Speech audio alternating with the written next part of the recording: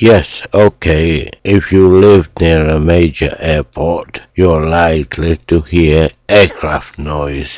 But limits have now been laid down by law to how loud that noise can be. And the airport is required to set up a special telephone line which you can ring up on and complain.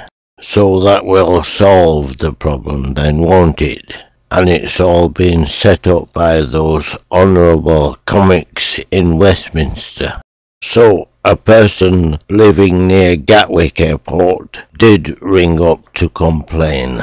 Notice that you ring up the people running the airport, BAA, not some regulatory authority. So what happened after she rang up this complaint line? Well, nothing. Not even an acknowledgement. The next time she thought the noise levels had been exceeded, she rang again. What happened? Nothing.